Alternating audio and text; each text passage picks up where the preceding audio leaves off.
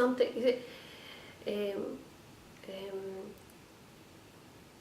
This lady that we mentioned before, Esther, what was her problem? Number one, she thought that she wants to come and take her place. Number two, she didn't have faith in Hashem. In a way, if you think about this, if this is my job, if Hashem wants me to be here, if Hashem wants her to be here, why do I think that she comes and she threatens me? Okay? So it's a lot of working on our qualities. It's easy to say, but we have to implement it. We have to think about this. Basically, what is positive thinking? If you're happy with what you have, you don't look, oh, why she has this sweater and I don't. Why she has these earrings and I don't. Why they have 5 kids and I have, why they have, I don't know, this kind of a car. What is positive thinking? Be happy with what Be happy with what you have. So it's a lot of working. Yosef was working on himself so much. He had all the rights to feel negative, to revenge now. No, he's capable of. And he didn't do that because he says, "Atem chashavtem li le'ra, Hashem chashav tova." He worked, being alone, being sensitive to all whatever happened to him. He worked on his qualities. We see soon how he worked on his family, how he worked on his children, because he was so sensitive with whatever he went through. Yeah. But you said that I don't understand how Yosef immunized himself from not getting that in her, that he just was always with Hashem. That's The what blessing of Yaakov to Yosef. Yaakov blessed him. Ben Porat Yosef, Ben Porat Aleam. That's how we started. But he blessed him much later, like before. How?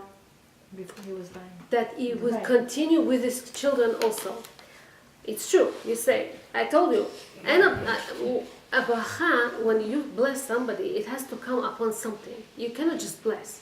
And Yosef reached this perfection, as we said before, that he was happy. He didn't have these negative feelings towards his brother. How many times he keeps reassuring them, don't worry, everything will be okay.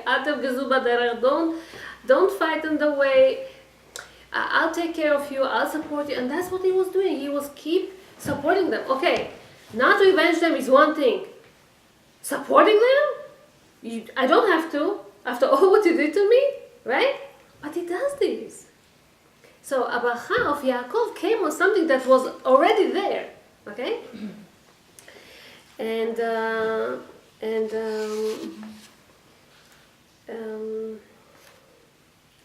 Okay. What do I want to say? So here, when he came to Egypt, he really fixed all his qualities and really worked on himself. It says about that there was this man, a father, that his son comes home very upset like I don't know what. Shmuel, what happened? He cries. His friend drove him crazy. He was calling him names. He said all kind of things. He took his toys. He told on him to the teacher. He did this and he did that, and he complains to the father that he's so upset at his friend. Okay. So his father tells him, you know something? I want you to take out your anger. He tells him, go. There's this sack of coals. Okay? Coals. And there's this white shirt over there. Go and throw as much as coals that you can on this white shirt. Take out your anger. And he left the room. Fine. He takes this coal, he had a lot of fun. He starts throwing. He didn't really hit all the times on this shirt. A few times he did. He does and does until he finished them all. His father come in and he's like, no, how you feeling? I feel better. He tells him, come, I want to show you something. He takes him to the mirror. He says, look at yourself. He was shocked the first minute he looked at him. He was all black. Except his eyes, maybe. He was all black. He says, you see, you're trying to heat this white shirt. Sometimes you heat. There are some black dots over there, but look at yourself. The one that has negative feelings negative thoughts harms himself more than he harms others. That's what happens when we have these negative feelings in us. How do we teach? I'm sorry. Yes. How do we teach children not to get negative? Okay, Or so I'll come to it. This is why it says in פרקי אבות, עין הרע ויצר הרע ושנאת הבריות מוציאים את האדם מהעולם. עין הרע, evil eye, okay, we see. יצר הרע, it's the evil inclination, it tells you all the time, revenge, be bad. And שנאת הבריות, the hatred. These are the things that take out the person out of the world because he keeps thinking negative all day long. Look at what happened in the time of Shaul HaMelech was the first king, right? And then Hashem wasn't satisfied with his behavior, and at that point there was I believe it was with Goliath. They put on King David, he was a little boy yet, they put on him the clothing of the king, of Shaul HaMelech. And it fit him perfectly. It's a miracle. You know, if it fits perfectly, it means it's him. And he starts feeling so bad. And he starts feeling upset. Shaul. How come this one, this little boy, he might take my crown. He might take my place. And so this is when it says that in the Midrash it says that מדרש נחומה, כיוון שהלבישו בגדים וראה שעשויים לו, it fits him perfectly, מיד הכניס בו עין צרה. He was envying him, and about the pasuk that it says, ויהי שאול עוין את דוד, looked at him in a hostile, says the Radak, מביט בו בעין רעה. והרלב"ג explains, he would look at him like somebody that hates, in a way that he wants to harm him as much as he can.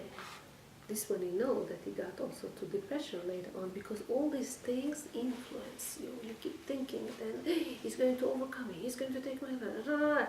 This is when he became depressed, King Shaul, right? It says about Rabbi Yochanan that he used to sit, something very hard to understand, but he was a big Amora. He used to sit next to the mikveh, so that women that come from the mikveh will come out, look at him, because he was very, very handsome. He was a very beautiful man. And so people tell him, you're not afraid of Ain Hara. Everybody says, Rabbi Yochanan is such a handsome man, such a beautiful man. He told them, Ani mezara shel Yosef, I'm from the descendant of Yosef HaTzadik, and we don't have Ain Hara on us. Look how strong it is. He lived, I don't know, thousands of years after David HaMelech, after Yosef HaTzadik. So it's beautiful. As we said, Yosef had only love in him, only good feeling in him. I read something interesting. When we do things without love, wisdom without love makes you deformed. Justice without love makes you not human. Diplomacy without love makes you a hypocrite. Success without love makes you arrogant. Wealth without love makes you a miser. Greed. Beauty without love makes you ridiculous. Authority without love makes you a tyrant. Work without love makes you a slave. Simplicity without love takes the courage. Preaching without love makes you a force. Law without love enslaving you. And so on. Politics without love makes you egoistical. Egoist? Faith without love makes you a fanatic. Life without love loses meaning. Wow. Okay, let's continue. Yaakov Avinu added another bracha to Yosef. Right after he blesses him, he says, Becha Yevarech Israel, and then he calls his sons, Le'emor Yisimcha Elohim Ke'Ephraim V'Chimnashe. And since then, this is the blessing, that we bless our children every Shabbat, or any time you want to bless, Yevarech Hashem Yishmerecha, Yehi Hashem B'nei. It says, Ke'Ephraim V'Chimnashe. What is this? We all know that Yaakov Avinu was switching his hands, put his right hand on Ephraim, and Yosef was bothered all his life. His father, he liked him more than everybody, all the other brothers, and he suffers from this, and he doesn't want this to happen to his children also. Abba, please don't do this to me. But when Yaakov sees that Menashe doesn't look at this he doesn't act aggressively or demand respect, he tells him, Yadati bni, Yadati. I know what I'm doing, don't worry, because I see that Ephraim, Menashe and Ephraim, they act like brothers. They don't act like one is jealous of the other. And this is what the bracha would be on them. When we say, Yevarech Hashem Yishmerecha, we say, Erev Shabbat, when we bless our children, Yisimcha Elokim Ke'Ephraim V'Chimnashe. And then to the girl we say, Yisimech Elohim Ke'Sara, Rivka, Rachel V'Leah. Our mothers. Why not Yisimcha Elokim Ke'Avraham, Yitzchak, Yaakov? That's it, yeah. Why? Why Ephraim Menashe? So, something interesting. Because they were raised in Galut.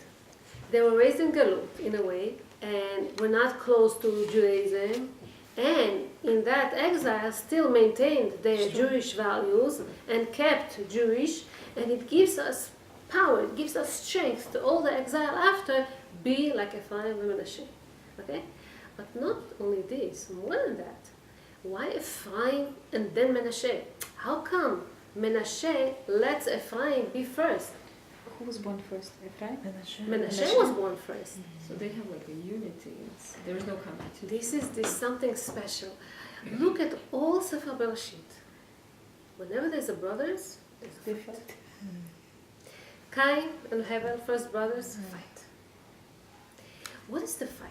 As long as Cain is alone, so fine, he's the firstborn. Firstborn gets the more attention. Firstborn gets, in a way, his parents make a lot of mistakes with the firstborn. This is how we are usually. We don't know how to take care of the firstborn, and we make a lot of mistakes.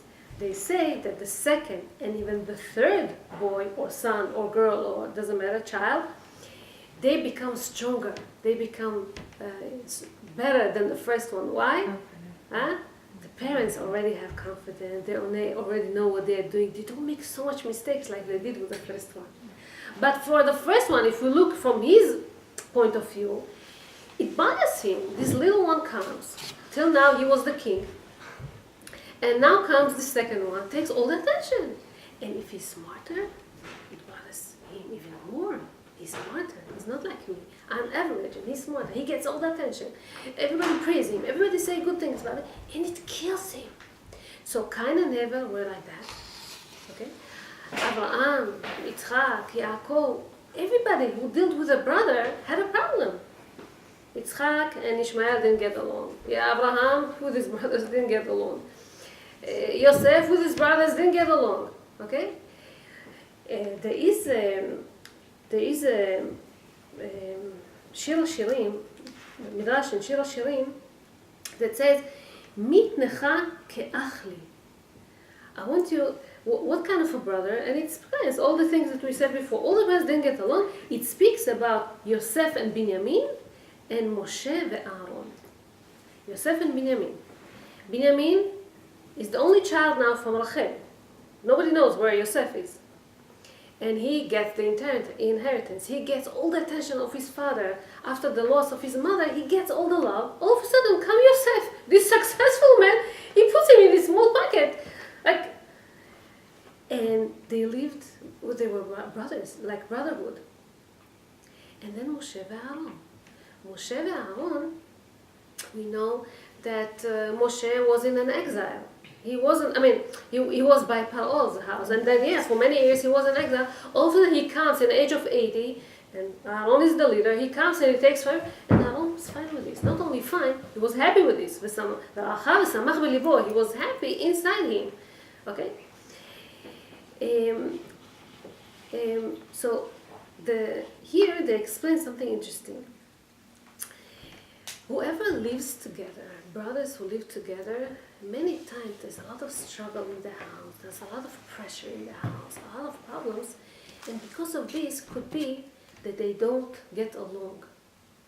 So Yosef and his brothers, and Cain and Hevel and Yitzchak and Ishmael. Moshe, Aaron, Yosef and Binyamin were separated. They were not together, they were not raised together. Because they were not raised together, they felt they had a common worries, they had a common, they cared about one another because they were not so much. Now, is it that's what Hashem wants, this separation? Here comes Menashe and Ephraim, live together, are together, get a special blessing, more than Abraham, Yitzchak, Yaakov, more than Yosef and his Shvatim, and more special bracha. I want all the Jews to be like you, Menashe and Ephraim. You don't fight, you're brothers. You love each other, you respect each other, and you have only good things towards each other. That's the beautiful thing that we learn. And this is again why? Because in a way also Yosef put it in them. He was so sensitive to whatever he went through, he made sure that they live in peace with each other. This peace is so important because it says in the end thing of the Mishnah of the Gemara, Sof Masechet Uktzin, it says שאין לא מצא הקדוש ברוך הוא כלי מחזיק ברכה אלא השלום. Hashem didn't find a vessel that holds the bracha but peace. Peace is the most important thing. So all book of Bereshit, as I said before, was full of fights with brothers. Now as they made unity, this Menashe and Ephraim, now we can create a nation. Now Sefer Shemot starts with unity, with Am Yisrael. This is what we learned about this parasha. This week on Friday we have a fast, Asara B'Tevet. Asara B'Tevet was the time that the Babylonians put a siege around Yerushalayim. And for 3 years we were like that. And a very important fast. We know that one of the reasons that the temple was destroyed, second temple at least, was hatred. So this is something that we have to work on it. And לא מצא הקדוש ברוך הוא כלי מחזיק ברכה לישראל אלא השלום. I want to tell you a little example. There was these two brothers, Michael and Jonathan, okay? That their father bought them one etrog. That's what he was able to buy. What is it? Etrog. Oh. Very good etrog. Very nice etrog. And he wanted to present it to one etrog to two brothers. Michael was already married. And he comes to his father and he tells him, you know, I already got my wife. I am married. I want my brother, my little brother, to get this etrog so that he will also find a nice shiur. His little brother, Jonathan, comes to his father and tells him, no, I want Michael to get this because he needs to have children, he needs to have success, he needs to have parnasah. They were fighting each other. Who is going to get... This is brotherhood. This is what we're looking for. So B'ezrat Hashem will put peace in us. Amen. And this Asara B'Tevet will be a happy occasion, like it says in the prophets. Thank you. I want to ask now to your